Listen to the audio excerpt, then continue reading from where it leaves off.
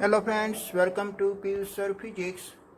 आज हम गुस्केट की जो हमारी 2020 की जो एग्ज़ाम थी, इसमें हम फिजिक्स का सॉल्यूशन हम पूरा देखेंगे कि भाई कैसे हमारा न्यूमेरिकल हमने एमसीक्यू हम सॉल्व कर सकते हैं। ठीक है, ओके। तो इसमें आप स्क्रीन में आपने आगे देखा होगा कि इसमें से हम एक फर्स्ट एमसीक्यू हम चूज करते हैं। तो वो हमारा एमसीक्यू है, the earth rotate on the its axis is tract 24 hour to complete the one revolution. How much the time is take at the sun from earth to have the shift of the 1 degree. Okay, तो हम solve करते हैं कि भाई हमारी जो अर्थ है वो कंप्लीट वन रिवॉल्यूशन करती है, तब वो टाइम लेती है 24 आवर का। और जो कंप्लीट वन रिवॉल्यूशन करती है तो वो कितना एंगुलर डिस्प्लेसमेंट करती है, 360 डिग्री। वो भी हमको मालूम है, ठीक है, क्योंकि उसका सरकमफरेंस जितना वो ट्रैवलिंग करती है। तो हमको फाइंड करना कि भाई 1 डिग्री के लिए वो कितना टाइम लगेगा। तो 360 डिग्री पे टाइम लगता है 24 आवर, बट 1 डिग्री के कितना टाइम लगेगा। तो 24 आवर को मैं कन्वर्ट करना चाहता हूँ मिनट में, और अपॉन 360 डिग्री। तो उसका आंसर हमको मिलने वाला है 4 मिनट। ये आवर को हमने कन्वर्ट कर दिया मिनट में, ठीक है। तो उसका आंसर हमको मिल गया 4 मिनट। देन आप सेकेंड देखिए। सेकेंड आपको दिया हुआ था for glass lens, focal length is plus 50 centimetre. आपको फोकल लेंथ दे रखी है प्लस 50 सेंटीमीटर। ये प्लस का मीट होता है कि भाई हमारा जो इसका लेंस अवेलेबल है वो कॉन्वेक्स लेंस होगा, तब उसकी फोकल लेंथ हमको पॉजिटिव मिलती है, ठीक है, ओके। तो हमको क्या फाइंड करना है, पावर ऑफ लेंस। तो what is a power? Power P is equal to inverse of focal length. But a focal length को हमको ऐसा यूनिट में कन्वर्ट करना पड़ेगा, सो दैट 50 इंटू 10⁻² करना पड़ेगा। तो देखिए, हम यहाँ पे 50 इंटू 10⁻² लगते हैं, कि -2 हम इसके मल्टीप्लाई में लिखना चाहते हैं, तो हो जाएगा 100/50, so that plus 2 dioptre. Power का यूनिट होता है डायोप्टर, ठीक है, तो 2 डायोप्टर होगा, ओके। तो ये हमारा हो गया सेकंड का सॉल्यूशन। देन आप थर्ड देखिए। A lens eta is equals to 1.5 is a place in the liquid to make it the disappear. आप उसको disappear करना चाहते हो। The value of the eta of liquid should be, okay, कोई हमारे पास suppose कि हमने कोई एक कंसिडर कर दिया, ऐसा कोई हमारे पास बीकर अवेलेबल है, इसमें हमने कोई एक ऐसा कोई लिक्विड हमने पुट कर दिया, ओके, और इसमें हम लेंस को डिसअपियर करना चाहते हैं। जो हमारे पास लेंस अवेलेबल है वो लेंस का रिफ्लेक्टिव इंडेक्स हमको दिया हुआ है 1.5। उसका रिफ्लेक्टिव इंडेक्स हमको दिया हुआ है 1.5। हम एटमॉस्फेयर में रहते हैं और एटमॉस्फेयर का रिफ्लेक्टिव इंडेक्स होता है 1, ओके। तो एटमॉस्फेयर में एयर है, बट एयर को हम देख नहीं पाते। क्यों नहीं देख पाते? क्योंकि हम यही मीडियम में हम है। वैसे ही हम लिक्विड में हम चले जाते हैं तो लिक्विड हमको नजर नहीं आएंगे। क्यों? क्योंकि हम लिक्विड में, हमारा मीडियम क्या बन गया है, लिक्विड। ऐसे एक ग्लास, ये जो हमारा लेंस है वो लेंस को हमको लिक्विड में डिसअपियर करना है, तो लिक्विड का भी रिफ्लेक्टिव इंडेक्स कितना होना चाहिए, 1.5 होना चाहिए, ठीक है। तो उसका आंसर आएगा eta is equal to 1.5, okay. Then after fourth देखिए। What is the type of nature of image is a form for an object placed an axis of a concave mirror is a between the pole and center, okay। तो concave mirror हमको सबको मालूम है कि भाई concave mirror, इसको हम बोलते हैं कॉन्केव मिरर, ठीक है। उसके आउटर सरफेस इसके कैसी होती है, सिल्वर कोटिंग होती है, और इंटरनल सरफेस उसकी रिफ्लेक्टेड होती है। देन आप ओके, तो ए है centre of curvature. Then after यहाँ पे एक फोकस पॉइंट हमने कंसिडर कर दिया। आपको मालूम है रेडियस ऑफ कर्वेचर से फोकल लेंथ की लेंथ होती है हाफ होती है। और यहाँ पे है हमारा पोल, और हमने यहाँ पे कोई एक हाइट ऑब्जेक्ट को हमने पुट कर दिया, ऐसा कोई एक हाइट ऑब्जेक्ट को हमने पुट कर दिया, ओके। तो यहाँ से जो रेज आएगी, ऐसी एक रेज आती है ऐसे, ओके। तो ऐसे रेज आती है तो वो रिफ्लेक्शन होके यहाँ पे आ जाती है, ठीक है। और ये सेंटर ऑफ कर्वेचर में से जाती है तो वापस रिफ्लेक्शन यहाँ पे भी होगा, ओके। देन आफ्टर हम उसको एक्सटेंड करते हैं, तो यहाँ पे हमको इमेज फाइंड आउट हुआ। एक्चुअली इमेज आपका ये लेंस में कहाँ पे आना चाहिए, कि भाई यहाँ पे आना चाहिए, क्योंकि ये रिफ्लेक्शन होकर यहाँ पे मिलना चाहिए। तो हमको इमेज यहाँ पे मिल रही है पॉजिटिव में, पॉजिटिव साइड में मिल रही है। तो उसका मीनिंग क्या हुआ कि हमारी जो इमेज मिल रही है वो वर्चुअल मिल रही है, ठीक है। देन आफ्टर मैग्नीफाइड भी मिल रही है, क्योंकि देखिए ये उसकी हाइट है, हाइट ऑफ ऑब्जेक्ट है, ये हमारी हाइट ऑफ इमेज है, तो मैग्नीफाई भी हुआ है, ठीक है, और इरेक्ट भी है, ओके। तो हमारा मिस के ऑप्शन होगा A option, virtual erect then after magnified, okay.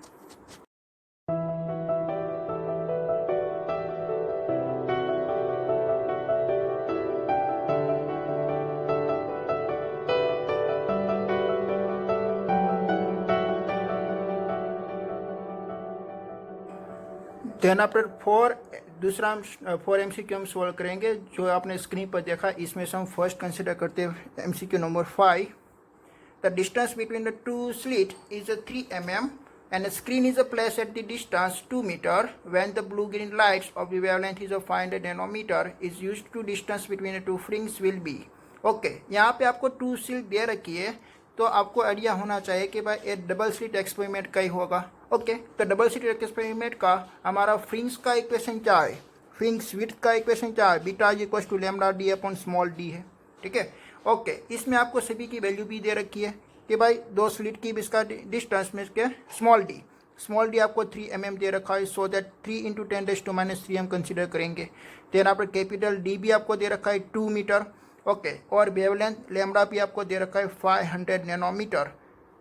Okay, तो 500 × 10⁻⁹ हम कंसिडर कर सकते हैं। ओके, इस सभी की वैल्यू हमारे पास है तो ये इक्वेशन में हम पुट कर देते हैं।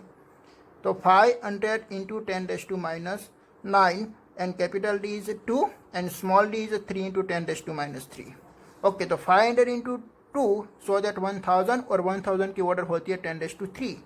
तो यहाँ पे होगी 10⁻3 और इंटू यहाँ पे 10⁻9 ऑर्डर है।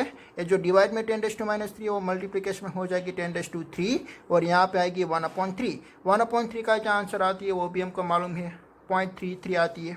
ठीक है, तो 0.33 यहाँ पे देखिए 10⁻3 होगा, 10⁻3। ओके, तो 10⁻3 का क्या मीनिंग होता है, mm। सो दैट 0.33 mm ये है आपका given answer.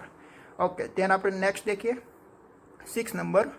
For what distance is ray optics a good approximation when the apparatus is 4 mm wide and wavelength is 500 nanometre. Okay, तो आपको इसमें मीन्स के जो डिस्टेंस डी आपको दे रखा है वो दे रखा है 4 mm। तो इज इक्वल टू हम क्या लिख सकते हैं, 4 × 10⁻³ मीटर हम लिख सकते हैं। देन आफ्टर लैम्डा वेवलेंथ आपको कितनी दे रखी है, 500 नैनोमीटर दे रखी है, 500 nanometre. So that 500 × 10⁻9 metre. Okay, हमको क्या फाइंड आउट करना है, हमको फाइंड आउट करना है optic goods approximation. So that Z is equal to हमारा इक्वेशन होगा d² upon lambda.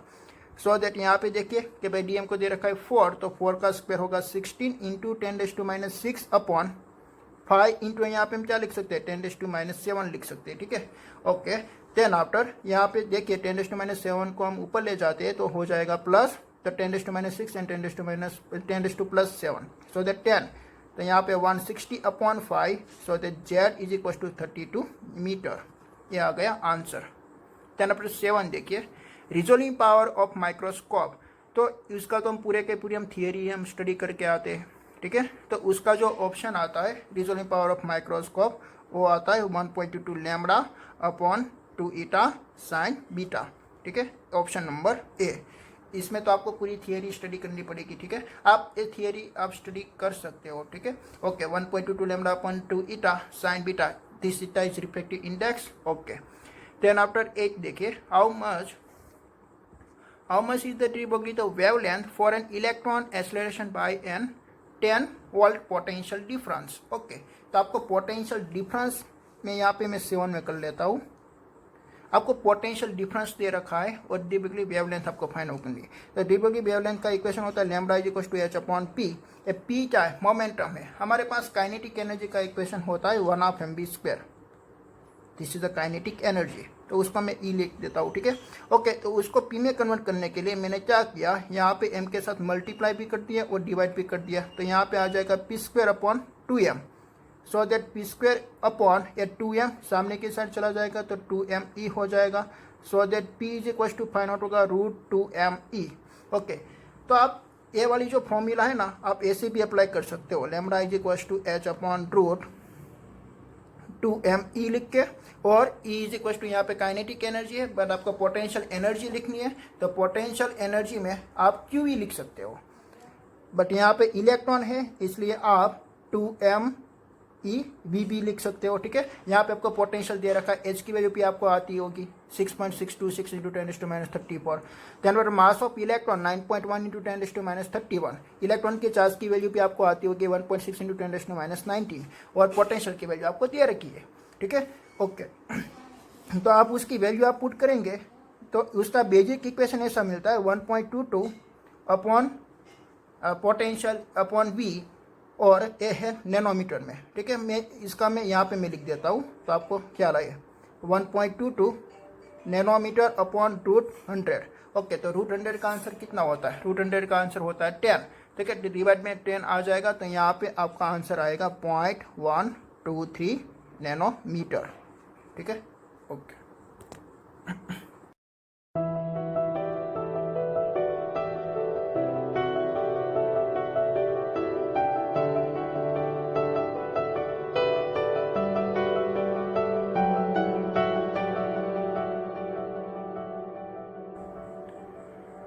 Then after MCQ number 9, the threshold frequency of caesium. आपको एक थ्रेशोल्ड फ्रीक्वेंसी दे रखी है F0, N9 है, F0 आपको दे रखा है। F0 is equals to 5.16 into 10⁻14 hertz. Then work function is, okay, तो आपको वर्क फंक्शन आपको फाइंड आउट करनी है। वर्क फंक्शन का इक्वेशन होता है F is equals to HF0। Okay, but आपको देखिए आपको आंसर किस में चाहिए? इलेक्ट्रॉन वोल्ट में चाहिए, तो डिवाइड बाय में क्या करना पड़ेगा? इलेक्ट्रॉन ई को डिवाइड करना पड़ेगा, ठीक है। एच की वैल्यू आप पुट कीजिए 6.626 इंटू 10⁻34, और यहाँ पे 5.16 इंटू 10⁻14 अपॉन 1.6 इंटू 10⁻19, ठीक है। तो सभी वैल्यू हमने पुट कर दिया। देखिए 6.626 into 5.16 and divide by 1.6, so that 21.36 okay. Then अपन हमको ऑर्डर का भी करना है, तो देखिए ऑर्डर का हम यहाँ पे करते हैं 10⁻34 प्लस 14 प्लस 19, तो 19 प्लस 14 माइनस 34, सो दैट 10⁻1, तो 10⁻1 1 पॉइंट को हम शिफ्ट कर देंगे तो 2.14 नियर आ गया इलेक्ट्रॉन वोल्ट, तो ये हमारा आंसर है। देन अपन नेक्स्ट देखिए 10 number, the nucleus of gold is about how much the times heavier the alpha particles. Okay, तो अल्फा पार्टिकल्स का मास कितना होता है? अल्फा पार्टिकल्स का मास होता है 4m, ठीक है। ओके, तो न्यूक्लियस ऑफ गोल्ड का मास कितना होता है, ठीक है। तो उसके हम कंपेरिजन करेंगे, तो कंपैरिजन करते हैं तो हमको ख्याल आता है कि भाई उसका जो डिफरेंस होता है वो मीन्स के उसका जो गोल्ड का जो वेट होता है वो 50 टाइम्स हेवियर होती है। कितना टाइम्स? 50 टाइम्स। एक बेसिक हमारा मीन्स का कैलकुलेशन है, ठीक है। ओके, तो उसका आंसर आएगा 50।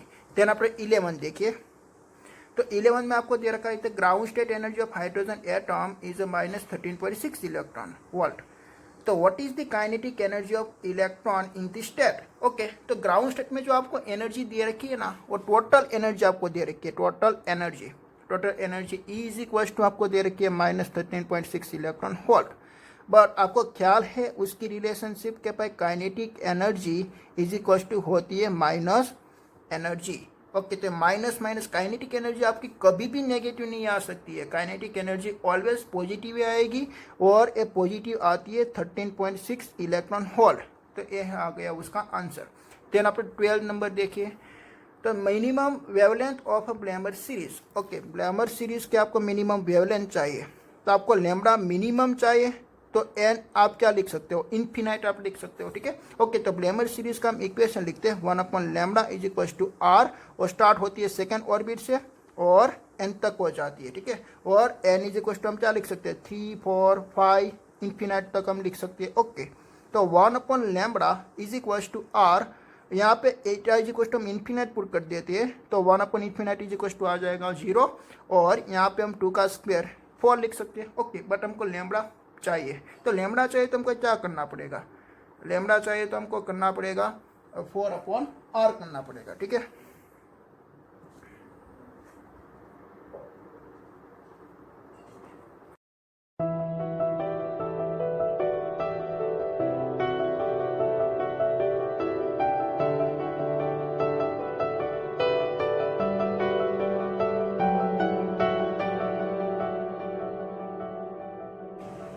नेक्स्ट देखिए 13 नंबर, तो calculate the energy equivalent of the 1 gram substance. Okay, तो मास आपको दे रखा है 1 ग्राम, उसको कन्वर्ट करना है किलोग्राम में, तो 10⁻³ किलोग्राम होगा।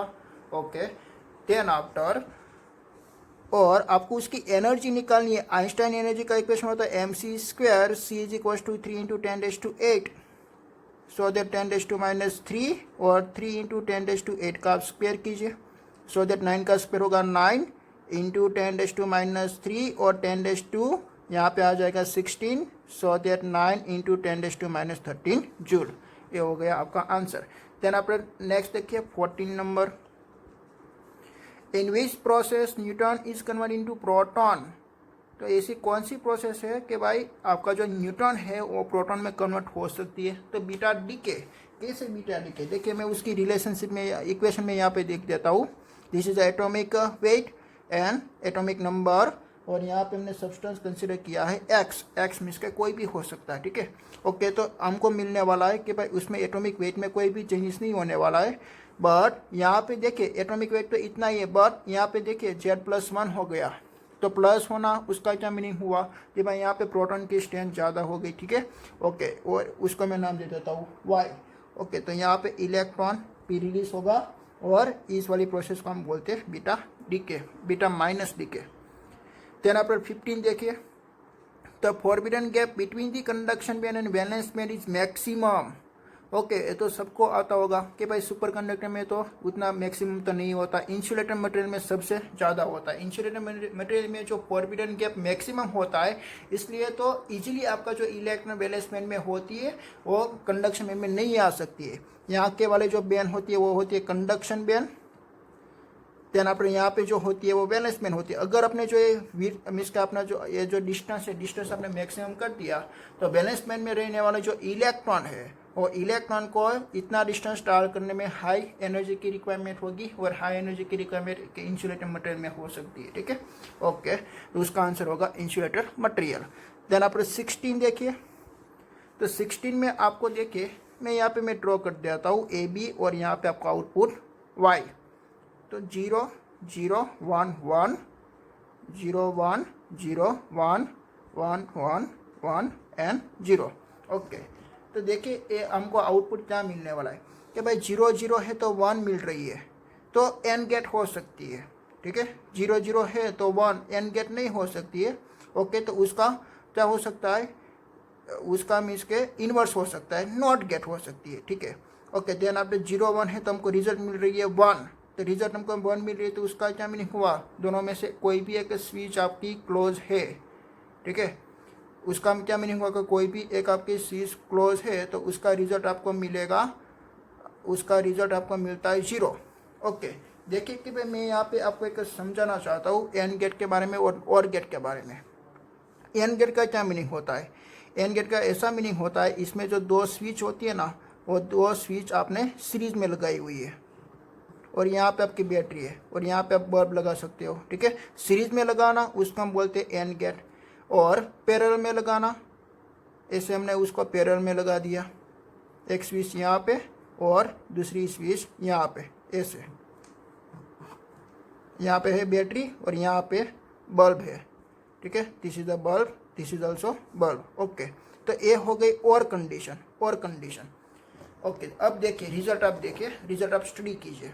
ओके, तो देखिए 0 0 आपको दे रखा है, तो आप इसके बारे में सोचिए कि भाई 0 0 दे रखा है तो आपका रिजल्ट क्या आने वाला है, आपका बल्ब ग्लो होगा, नहीं होगा। तो अब उसका इनवर्स कीजिए, तो एन गेट आ सकती है, ए वाली देख के हमको क्या लगती है, एन गेट आ सकती है, ठीक है। देन आप नेक्स्ट देखिए 0 1, इसमें से कोई भी आपका क्या है, कोई भी एक आपकी स्विच ओपन है, तो रिजल्ट आपको क्या मिलने वाला है 0। तो इसमें भी क्या आ सकती है, एन गेट आ सकती है। देन वाली एक नेक्स्ट देखिए कि भाई ए बी ऐसा ही हुआ ना, रिजल्ट हमको मिलेगा 0, बट उसको हम इनपुट करने वाले हैं नॉट गेट में, तो उसका इनवर्स होगा, तो इसमें भी क्या आ सकती है, एन गेट आ सकती है। देन अपने दोनों क्लोज है, दोनों क्लोज है तो हमका रिजल्ट क्या मिलने वाला है, दोनों क्लोज है तो हमको रिजल्ट मिलने वाला है कि भाई हमारा बल्ब ग्लो होगा। ओके, बट नहीं हो पा रहा है, सो दैट हमको क्या बोलेंगे, एन गेट, ठीक है। ओके, तो ये सभी का रिजल्ट हमको एन गेट मिलती है, तो हमारा ऑप्शन आएगा एन गेट। हम और गेट के बारे में सोचते हैं, देखिए सभी दोनों स्विच ओपन है तो हमारा रिजल्ट भी क्या होगा 0, तो उसका आउटपुट क्या मिलेगा 1। तो ये और गेट का भी है, ये फर्स्ट है वो और गेट का भी फॉलो करती है, नॉर गेट का, सॉरी ये नॉर गेट का भी फॉलो करती है, ठीक है। देन आप नेक्स्ट देखिए 0 1, तो 0 1 करेंगे तो हमारा बल्ब तो भी ग्लो होगा, क्योंकि देखिए ये ओपन है और ये क्लोज है, तो यहाँ से हमारी इलेक्ट्रिक करंट जाएगी और बल्ब ग्लो होगा, बल्ब ग्लो होगा तो आंसर क्या आएगा 1, पर 1 का इनवर्स क्या होती है 1, तो ये नॉर गेट नहीं है, तो दूसरे में नॉर गेट नहीं है, इसलिए सभी का एन गेट है, तो हमारे रिजल्ट क्या मिल रही है एन गेट मिल रही है। ठीक है,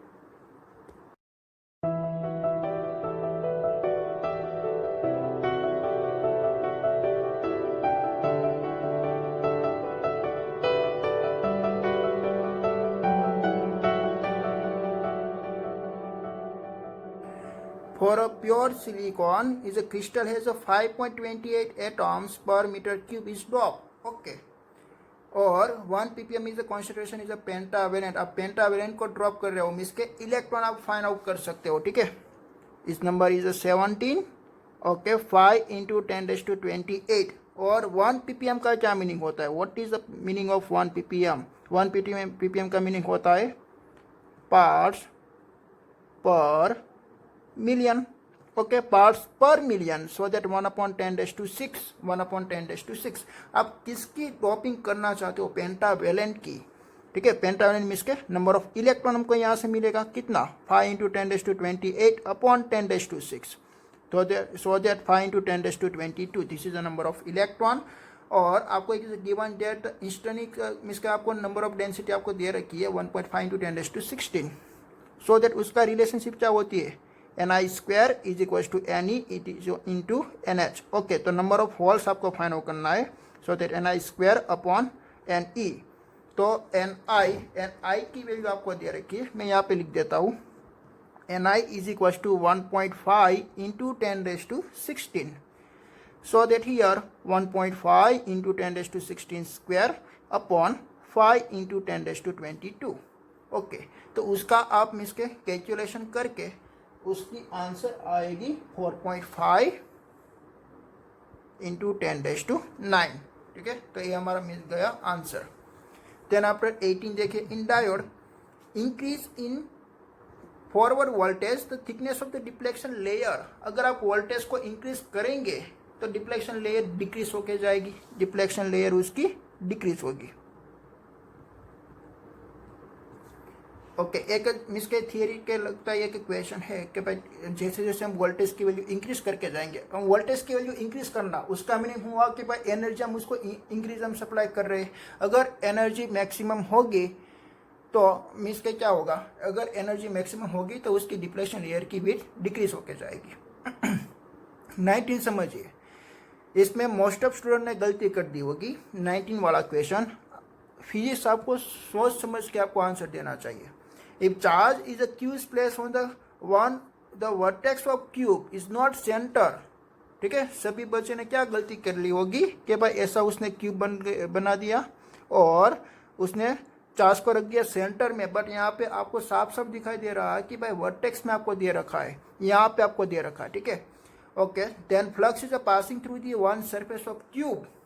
तो फ्लक्स कितना पास आउट होगा, देखिए एक केमिस्ट्री क्या लगता है कि जो हमारा जो कॉर्नर होती है ना, तो कॉर्नर ऐसे देखिए एक दूसरा क्यूब में यहाँ पे बना देता हूँ और ऐसा तीसरा क्यूब यहाँ पे बना देता है और यहाँ पे एक फोर्थ क्यूब 1 2 3 एंड 4, ऐसा 4 यहाँ पे ऊपर भी हो सकता है ना। तो कितना क्यूब हुआ 8 क्यूब हुआ, तो उसका फ्लक्स 8 टाइम्स डिक्रीज होगा। कितना flux Q upon epsilon not हमको जो मिलेगा हमारी गॉसियन सरफेस का इक्वेशन से close integration E into delta S से, बट इसको हमको 8 टाइम्स डिक्रीज करना पड़ेगा। तो 8 क्यू अपॉन 8 एप्सिलॉन नॉट हमारा आंसर आता है, पर सभी बच्चों ने क्यू अपॉन 6 एप्सिलॉन नॉट लिख के आ गया होगा। ओके, देन आपने देखे 20। ओके, तो यहाँ पे देखिए तो दो आपको एक पॉइंट चार्ज दे रखे 10⁻8 coulomb and -10⁻8 coulomb are place in the point 1 metre apart. Okay, you find the magnitude of the total electric field on the center of the line joining। आपको आप 2 पॉइंट आप सिलेक्ट कीजिए और उसकी भी इसका डिस्टेंस आपको दे रखा है 0.1 मीटर। ओके, ये है आपका पॉजिटिव चार्ज इज 10⁻8 कूलम और यहाँ पे आपका नेगेटिव चार्ज। ओके, ये आपका गिवन पॉइंट है P, तो यहाँ से लेकर यहाँ तक का डिस्टेंस होता है 0.5। ओके, और यहाँ से लेकर यहाँ तक का भी डिस्टेंस होता है 0.5। तो देखिए एक गिवन पॉइंट P है ना, एटमॉस्फेयर का पॉइंट होता है, उसके पास होती है पॉजिटिव चार्ज। तो ये पॉजिटिव के बीच में यहाँ पे ए वाली डायरेक्शन में इलेक्ट्रिक फील्ड मिलेगी और पॉजिटिव और नेगेटिव के बीच में भी ए वाली डायरेक्शन में इलेक्ट्रिक फील्ड मिलेगी। तो दोनों की इलेक्ट्रिक फील्ड की डायरेक्शन सेम है, इसलिए यहाँ पे इलेक्ट्रिक फील्ड 0 नहीं हो सकती है। ठीक है, ओके, तो हमको इलेक्ट्रिक फील्ड फाइंड आउट करनी है, तो हम कैसे फाइंड आउट करेंगे? देखिए, पॉजिटिव के लिए हम इलेक्ट्रिक फील्ड का मैग्नीट्यूड हम निकालते हैं। ये पॉजिटिव इज इक्वल टू हमारा इक्वेशन क्या होती है, k q upon r square, so that 9 into 10⁻⁹, और यहाँ पे आपको चार्ज दे रखा है 10⁻⁸ अपॉन उसकी डिस्टेंस का स्क्वायर 0.5 का, सॉरी ये 0.1 मीटर है ना, तो 0.1 मीटर का हम डिवाइड बाई 2 करेंगे तो 0.05 आंसर होगा। ठीक है, तो 0.05 का स्क्वायर हमको करना है, यहाँ पे 0.05 का स्क्वायर करना है, तो हमको आंसर क्या मिलेगा? देखिए 9 अपॉन 0.05 अपॉन 0.05, ओके, तो हमको मिल रही है 3600 इंटू यहाँ पे 10⁻10 रहेगी। ओके, तो देखिए कि भाई हमको कितना मिल रहा है कि भाई 3.6 इंटू 10⁻⁴, बट एक की इलेक्ट्रिक फील्ड फाइंड आउट हुई ना, ये नेगेटिव चार्ज के लिए भी हमको फाइंड आउट करने, तो total electric field is equal to हम कर देते 2, क्योंकि दोनों की डायरेक्शन सेम ही होगी और उसका भी मैग्नीट्यूड यही है और उसका भी डिस्टेंस इतना ही 0.05 है, तो उसका भी आंसर यही मिलने वाला है। तो 2 into 3.6 into 10⁻⁴, so that 7.2 into 10⁻⁴, this is answer.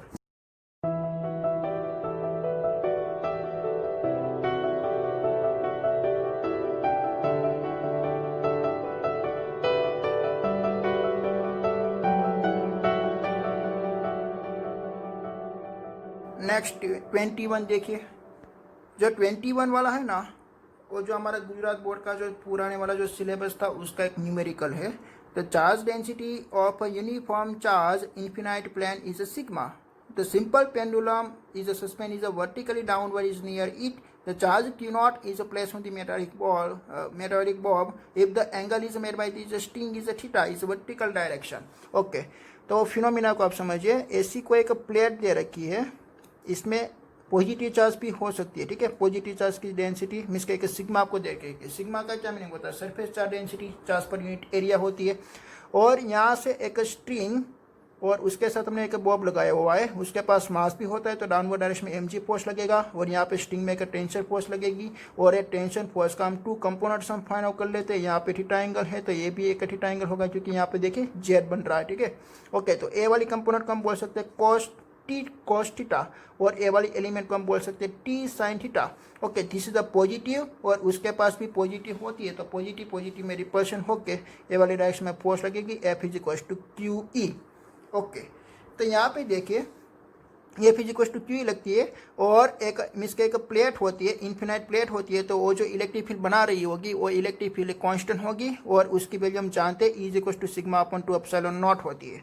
Okay, then after हमको उसकी फोर्स निकालनी है, F is equal to QE, so that Q sigma upon 2 epsilon nought, force find out होगी। This force is a equilibrium this force, so that equal to हम क्या लिख सकते हैं? T sin theta, then after T cos theta is equal to हम लिख सकते हैं mg।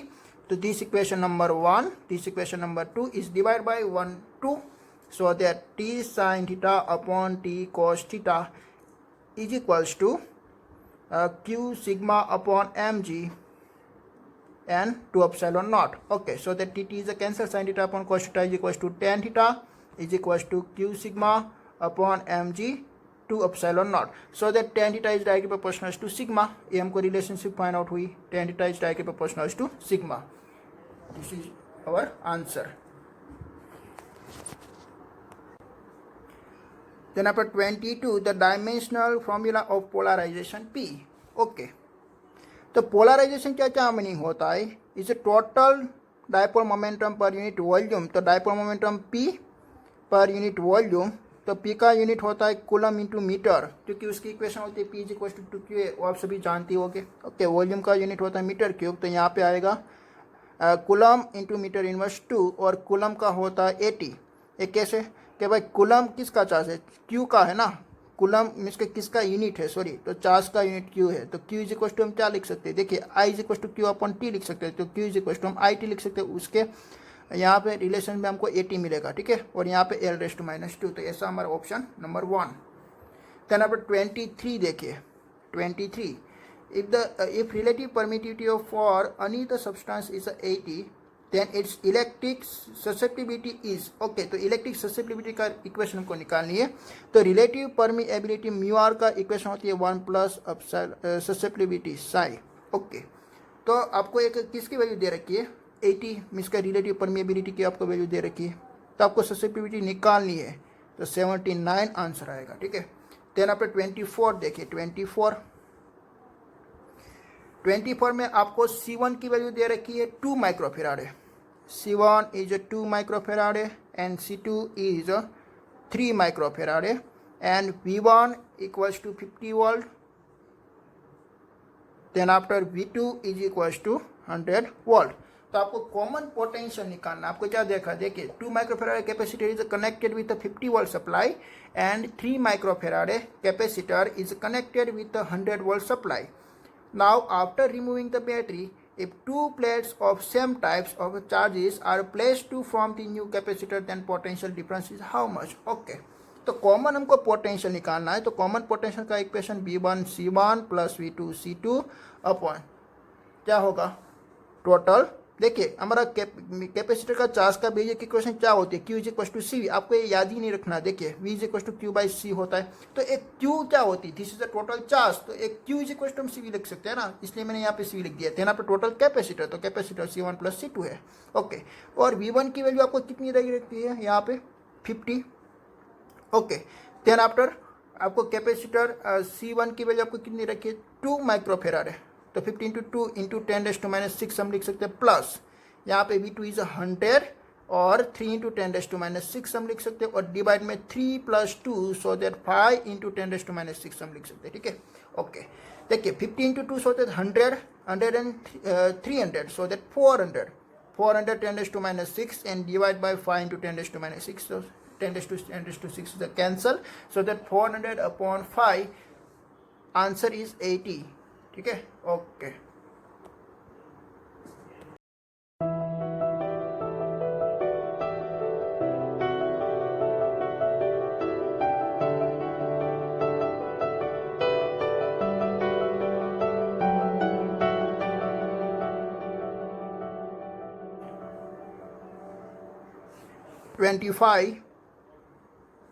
The EMF of the car battery is at 12 volt, so that V is equals to 12 volt, और E भी आप लिख सकते हो, कोई भी आप लिख सकते हो। ठीक है, देन पे इंटरनल रेजिस्टेंस आपको दे रखा है R is equals to 0.4 Om.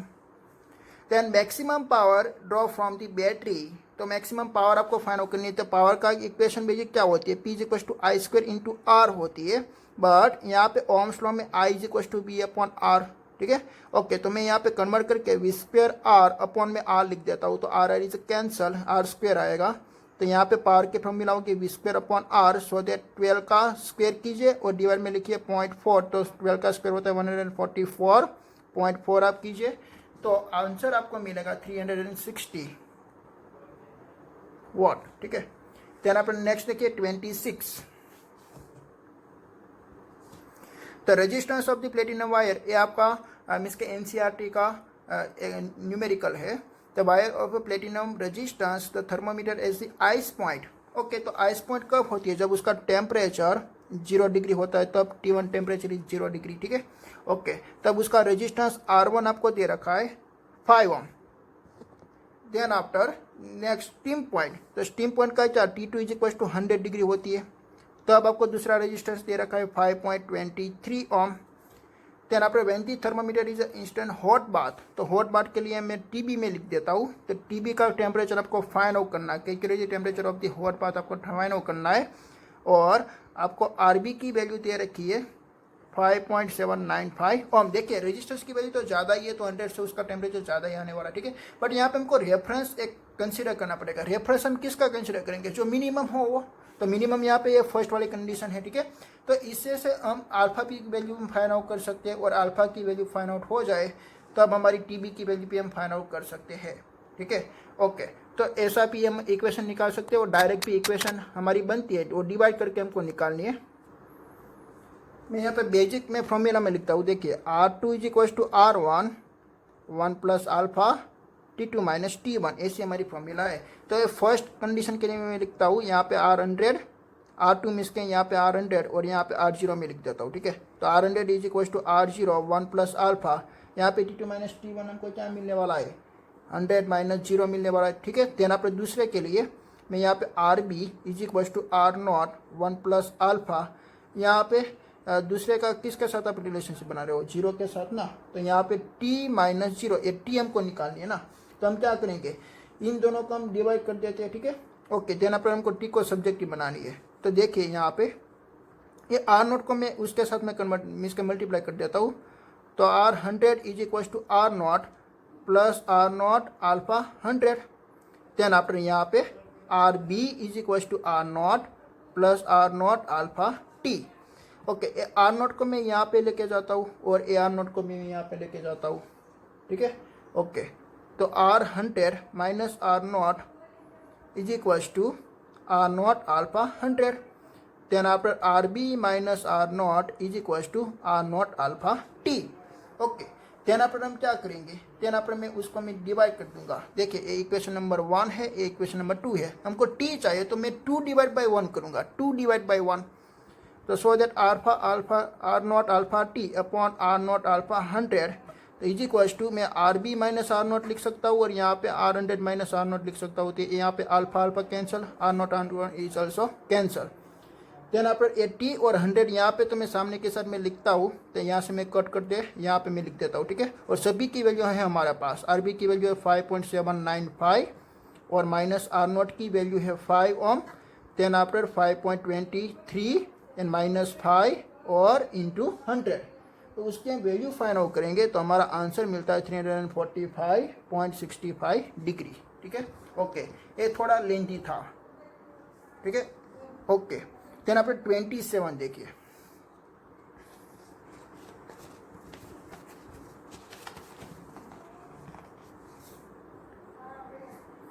One electrical cell is EMF is 2 volt. तो E1 की वैल्यू आपको दे रखी है 2 वोल्ट और R1 की वैल्यू दे रखी है 0.1 ओम। देन आफ्टर एक दूसरा आपको सेल दे रखा है, उसकी ईएमएफ की वैल्यू है 4 वोल्ट। तो E2 is equal to 4 volt और R2 is equal to 0.2 ohm. As connected is parallel to each other, then it equivalent EMF will be। तो उसका equivalent EMF आपको निकालनी है। तो equivalent EMF is equal to आपका equation निकल जाएगा E2R1 plus E1R2 upon R1 plus R2। तो E2 की वैल्यू बोलिए 4 into R1.2 plus E1 2 into 0.1 upon 0.2 plus 0.1 so that 0.3। Okay, then after देखिए 0.4 इंटू 0.2 सो दैट 0.8। E2R1 है ना, तो E2 की वैल्यू 4 है और R1 की वैल्यू 1 दे रखी है, तो मुझे यहाँ पे 1 करना चाहिए और ये 0.2 है और E1 की वैल्यू आपको 2 दे रखी है और R2 की वैल्यू आपको दे रखी है 0.2, तो मुझे यहाँ पे 2 करना चाहिए। तो 0.4 प्लस 0.4 अपॉन 0.3, ठीक है। ओके, देन आफ्टर देखिए यहाँ पे 0.4 plus 0.4 so that 0.8 upon 0.3, 0.8 upon 0.3। तो उसका हम आंसर यहाँ पे हम फाइंड आउट कर लेते हैं। 0.8 अपॉन 0.3 इज इक्वल टू 2.66, ठीक है। तो ये है आपका ऑप्शन 2.66, ठीक है। ओके, देन आप नेक्स्ट देखिए। नेक्स्ट आपको देखना है 2.66 नहीं है बट आपको 2.67 ये आपका आंसर आएगा, ठीक है। देन आप देखिए next 28। The source of magnetic field, तो सोर्स ऑफ मैग्नेटिक फील्ड क्या होती है, आईडीएल होती है, ठीक है। देन आप इलेक्ट्रिक फील्ड की सोर्स क्या होती है, चार्ज होती है। तो जो आईडीएल है वो वेक्टर है, this is a vector. Then आप जो चार्ज है this is a scalar, this is a scalar.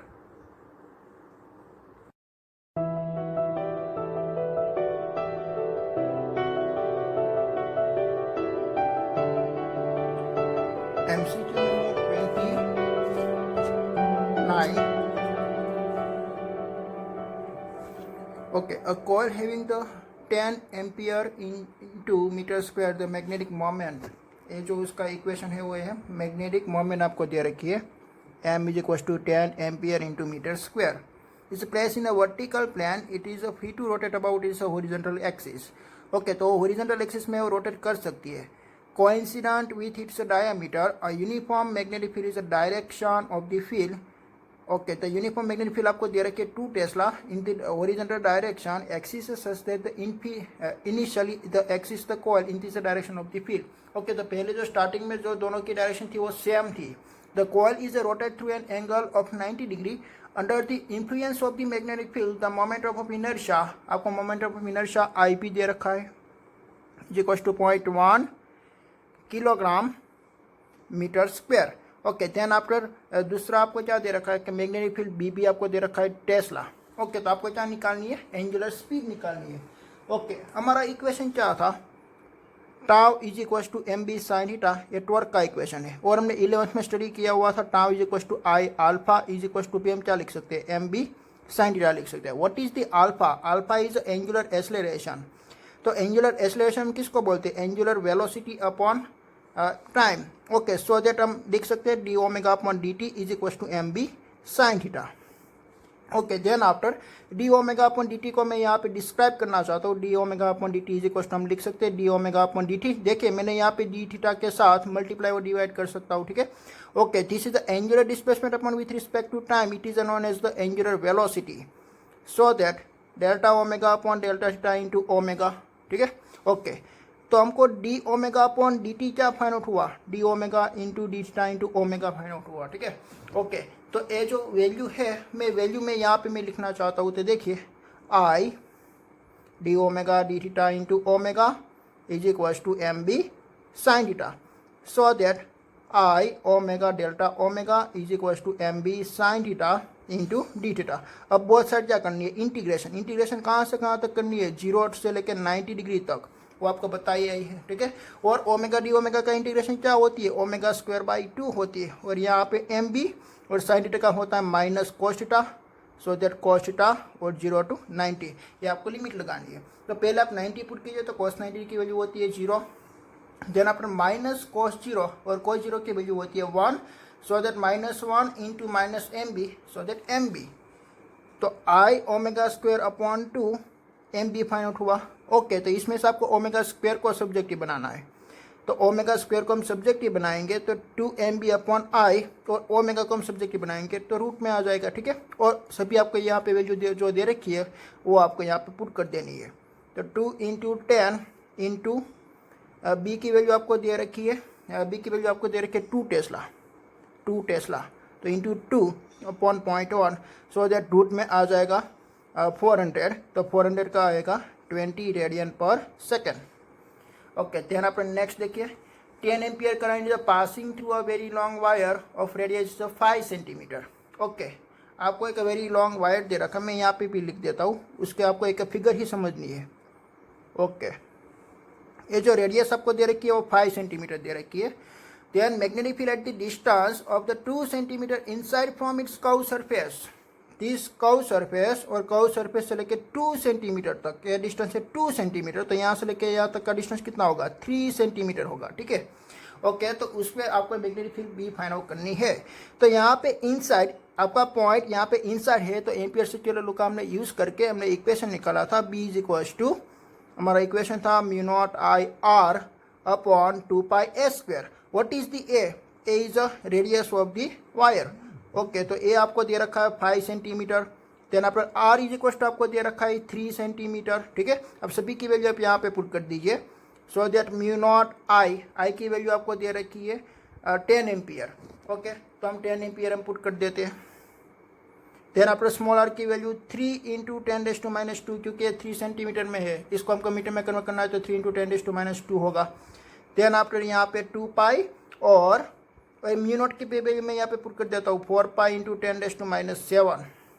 Then after a, तो ए देखिए यहाँ पे 5 है तो 5 का स्क्वायर होता है 25, तो यहाँ पे 25 इंटू 10⁻⁴ मैंने लिख दिया। तो देखिए 2 पाई 2 यहाँ पे आ जाएगा, और ये 25 और ये 2 यहाँ पे और 5 यहाँ पे, तो 3 इंटू 2, सो दैट 6 इंटू 2 12, तो 12 अपॉन 5, और यहाँ पे क्या आएगा, देखिए 10⁻⁷ और 10⁻² है, तो 10⁻⁹, और ये 10⁻⁴, तो आएगा 10⁻⁵ टेस्ला। तो आपको देखिए आंसर किसकी टर्म में लाना है, 10⁻⁵ की टर्म में आपको लाना है। तो 12/5 आप लाइए तो उसका आंसर आएगा 12/5 आपको करनी है ना, तो हम यहाँ पे कैलसी का यूज़ करके हम कर सकते हैं 12/5, सो दैट 2.4, तो आपका आंसर आएगा 2.4, ठीक है। देन आप नेक्स्ट देखिए 31 तो आपका मीन्स के एक तो आपका एक जनरल नॉलेज ही होना चाहिए, ऐसा आपको एक ऐसी जो रीडिंग है ना वो आपको एनसीईआरटी में दे रखी है, ठीक है। In Indian declination at Delhi, तो आपका आंसर आएगा 0 degree and 41 minute east, okay. वो मैं यहाँ पे लिख देता हूँ 31 का 0 degree and 41 degree east, okay. Then आप नेक्स्ट देखिए 32, the relative permeability in a core of a solenoid is 400, तो म्यू आर की वैल्यू आपको दे रखी है। The winding of solenoid are insulating from the core and carrying a current of 2 ampere if the number of the turns is 1000 per meter, the magnetic intensity is inside the core of solenoid, तो magnetic intensity का unit देखिए ampere per metre, this is also known as magnetising field. तो magnetising field एक basic equation है, H is equal to NI होगा। तो यहाँ पे N नंबर ऑफ डेंसिटी आपको दे रखी है 1000 और I को दे रखा है 2, तो यहाँ पे उसका आंसर होगा 2000, सो दैट 2 इंटू 10⁻3, ओके। तो ये उसका आंसर हो गया 2 इंटू 10⁻3।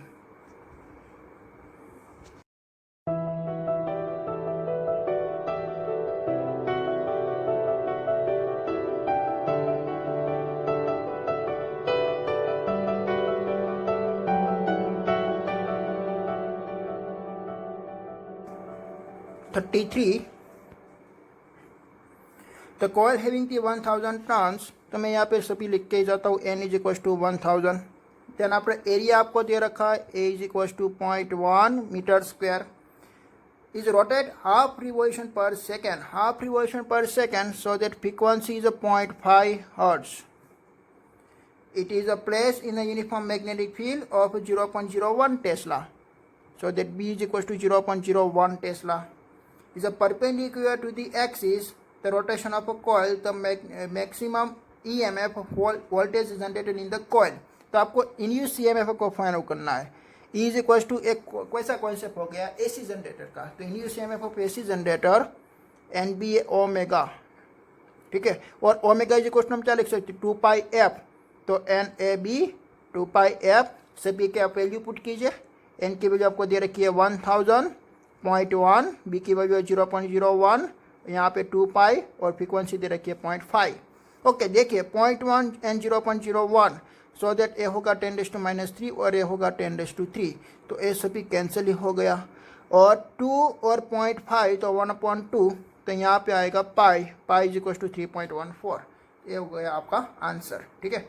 देन आप 34 देखे, और 34 में मैं सभी के मैं फिगर में ड्रॉ कर देता हूँ। 34 out of a flowing given loop, in which loop the direction of induce current की डायरेक्शन आपको दे रखी है A to C और C to B, एक किस में आएगी, ओके। तो फर्स्ट देखिए यहाँ पे मैग्नेटिक फील्ड जा रही है, इनसाइड जा रही है, और यहाँ पे वेलोसिटी की डायरेक्शन इंडिकेट की हुई है ए वाली डायरेक्शन। तो देखिए आप ए वाली डायरेक्शन में जाएंगे तो आपका फ्लक्स डिक्रीज होगा, तो मैग्नेटिक फील्ड आपको कैसी बनानी पड़ेगी, मैग्नेटिक फील्ड का आपको मिस के सपोज करना पड़ेगा, ठीक है। मिस का आपको सपोर्ट करना पड़ेगा, अपोज नहीं करना है, ओके। तो मैग्नेटिक फील्ड लाइन यहाँ पे किस डायरेक्शन में बनेगी, मैग्नेटिक फील्ड लाइन देखिए यहाँ पे गोइंग इनसाइड में दे रखी है, ठीक है।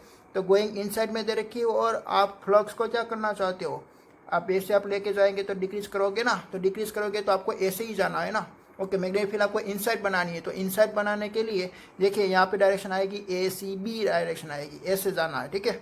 इनसाइड बनाने के लिए साउथ पर बनेगा, ओके।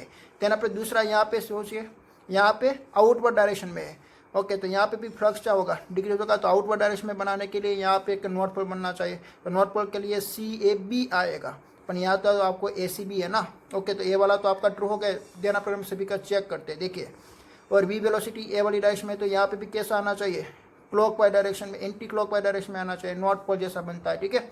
और यहाँ पे देखिए इंक्रीज हो रहा है ना, तो इंक्रीज हो रहा है तो उसको डिक्रीज करना पड़ेगा, तो उसको डिक्रीज करने के लिए ए वाली डायरेक्शन में लेके जाना है, तो ए भी आपका एंटी क्लॉकवाइज डायरेक्शन में हुई, बट ए आपकी है क्लॉकवाइज डायरेक्शन में, तो ए वाला ऑप्शन आपका आएगा, ठीक है, ओके। देन आप 35 देखिए, which is the not unit of the inductance, तो इंडक्टेंस किसका यूनिट नहीं है, तो वो आपको देखते ही मालूम पड़ जाएगा। देखिए self inductance L is equal to हम लिख सकते हैं 5/I, तो उसका यूनिट वेबर पर एम्पियर हो सकता है, उसका यूनिट हेनरी भी हो सकता है, ठीक है। देन आप उसका यूनिट वोल्टेज इंटू सेकंड और एम्पियर इनवर्स भी हो सकता है, but weber second into inverse नहीं हो सकता, इसलिए उसका आंसर वेबर इंटू सेकंड और इनवर्स 1 आएगा। देन आप 36 देखिए, अ bulb of 100 watt rating is connected with 220 watt supply, the resistance of bulb हमको निकालनी है। ये हो गया हमारा 35, 36, ओके। इसमें आपको करंट पावर दे रखी है 100 watt, देन आफ्टर वोल्टेज आपको दे रखी है 220 watt, आर आपको फाइंड आउट करनी है। तो power P is equal to V²/R equation बनेगा, ठीक है। तो 220 का स्क्वायर कीजिए अपॉन 100 कीजिए, तो उसका आंसर आएगा 484 ओम आंसर उसका आएगा, ठीक है।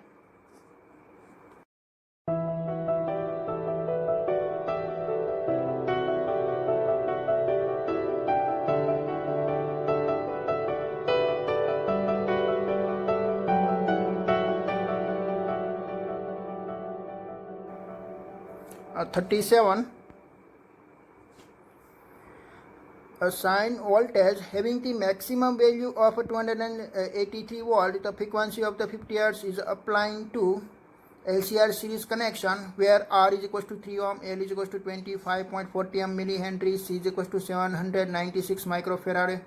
Then impedance is at the resonance condition, okay। तो आपको इम्पीडेंस निकालनी है रेजोनेंस कंडीशन पे।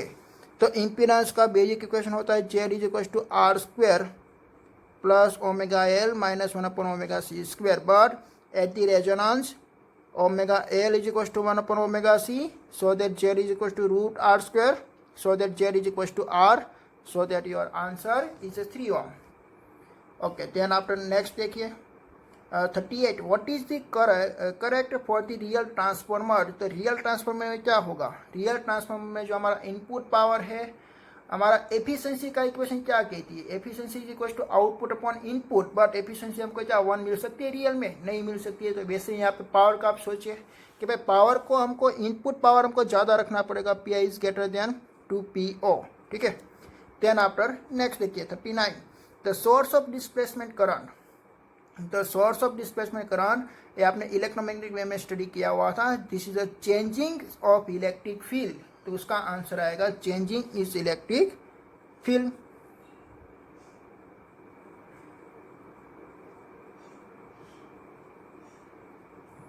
देन आफ्टर लास्ट देखिए 40, the range of wavelength of ultraviolet is from to from, okay. तो अल्ट्रावायोलेट की रेंज आपको निकालनी है, तो वो आपको याद ही रखना पड़ेगा स्पेक्ट्रम में, ठीक है।